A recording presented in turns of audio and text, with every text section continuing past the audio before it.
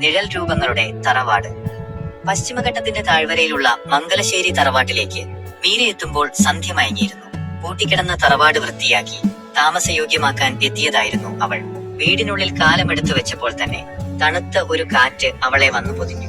ആ പഴയ ചുവരുകൾക്ക് എന്തോ പറയാനുള്ളത് പോലെ മീരയ്ക്ക് തോന്നി. ഭീതിയുടെ രാത്രി. രാത്രിയായതോടെ തറവാടിന്റെ സ്വഭാവം മാറി. മുകളിലത്തെ നിലയിൽ നിന്ന് ആരെങ്കിലും നടക്കുന്നത് പോലെയുള്ള ശബ്ദം കേൾക്കാൻ തുടങ്ങി. പെട്ടെന്നൊരു നിഴൽ രൂപം അവളുടെ മുന്നിലൂടെ കടന്നുപോയി. ഭയന്നുപോയ മീര വാതിൽ തുറന്ന് പുറത്തേക്ക് ഓടാൻ ശ്രമിച്ചു. പക്ഷെ വാതിലുകളെല്ലാം തനിയെ അടഞ്ഞു. തറവാട്ടിലെ പഴയ കാര്യസ്ഥൻ പറഞ്ഞിരുന്ന ആ പ്രേതം ഭദ്ര രൗ തിരിച്ചെത്തിയിരിക്കുന്നു. നൂറ്റാണ്ടുകൾക്ക് മുമ്പ് പ്രണയ നൈരാശ്യം മൂലം മരിച്ചവളായിരുന്നു ഭദ്ര. തറവാട്ടിലേക്ക് വരുന്ന സ്ത്രീകളെയെല്ലാം അവൾ ശത്രുക്കളായി കണ്ടു.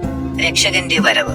മീരയുടെ ഫോണിൽ നിന്നുള്ള നിലവിളി കേട്ടാണ് അവളുടെ കാമുകനായ അർജുൻ അവിടേക്ക് കുതിച്ചെത്തിയത്.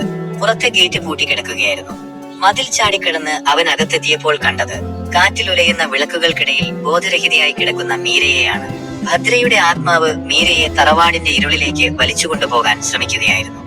അർജുൻ മീരയെ തോളിലെടുത്തു. പക്ഷേ പ്രേതം അവരെ തടഞ്ഞു. വീടിനുള്ളിലെ പാത്രങ്ങൾ തനിയെ പറന്നു വരാൻ തുടങ്ങി. അർജുൻ തന്റെ കൈവശമുണ്ടായിരുന്ന ഒരു പഴയ ലോക്കറ്റ് പുറത്തെടുത്തു. അത് മീരയുടെ കുടുംബ പരമ്പരയിലുള്ളവർക്ക് ലഭിച്ച ഒന്നായിരുന്നു.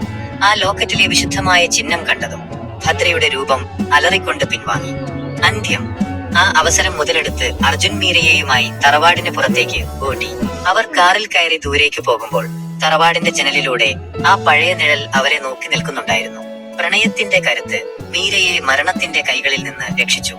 പിറ്റേന്ന് തന്നെ ആ തറവാട് എന്നേക്കുമായി അവർ അടച്ചുപൂട്ടി.